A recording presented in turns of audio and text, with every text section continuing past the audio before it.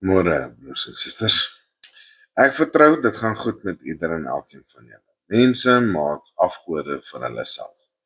Daar is verskeie gedeeltes waar Paulus mense waarsku om nie Yeshua te aanbid of hom te aanbid of iets anders te aanbid, maar eerder die wet van Jahwe te gehoorsaam. Paulus se briewe word dikwels verkeerd verstaan asof hy die wet van Jahwe afmaak.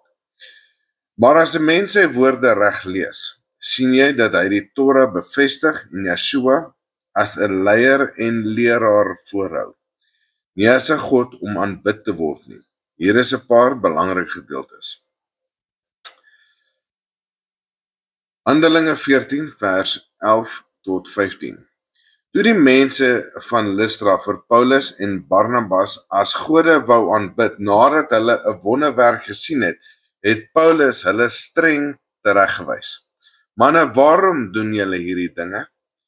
Ons is ook maar net mense, net soos julle, en ons bring aan julle die evangelie om julle van hierdie nuttelose dinge af weg te keer na die lewende God. Hier wys Paulus duidelik dat geen mens, ongeag sy grootheid, aanbid moet word nie, net Jahwe alleen. 1 Timoteus 2 vers 5.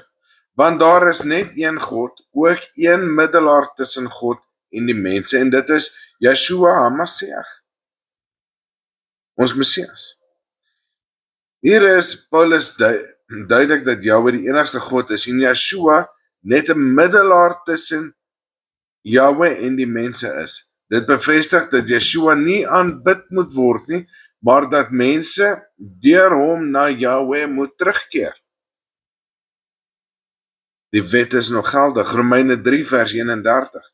Stel ons dan die wet van Jahwe buite werking deur die geloof? Beslis nie, inteendeel, ons bevestig die wet. Dit is duidelik 'n duidelike bevestiging dat Paulus nooit bedoel het mense met Jahwe se wet los om Yeshua te volg nie. Hy het altyd die wet bevestig. Jy kan alleenig jou Messias volg as jy sy voorbeeld volg, en hy was wetsgehoorsaam. Hy het die wet volmaak gehou. 1 Korintiërs 1 vers 12 tot 13.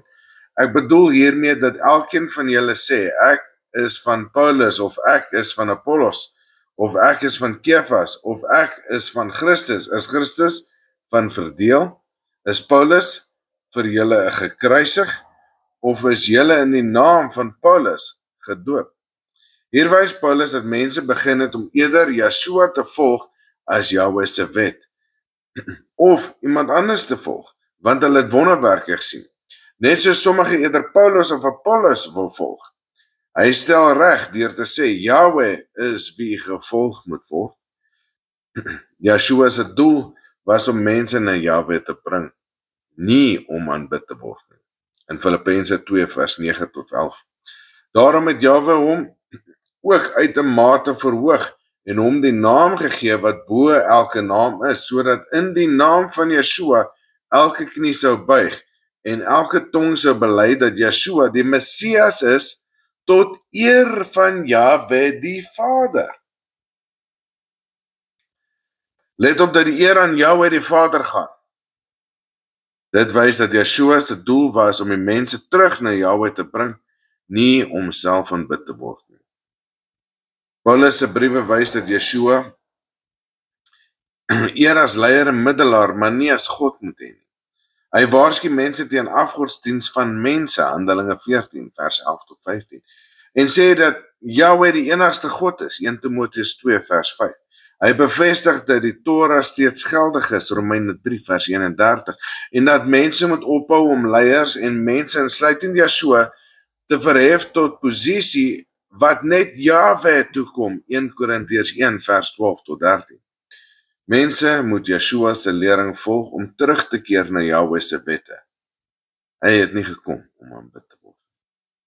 Broers en susters, soos altyd vra ek dat julle die skrifte vir julleself sal ondersoek en nie vat wat ek sal sê as waarheid nie.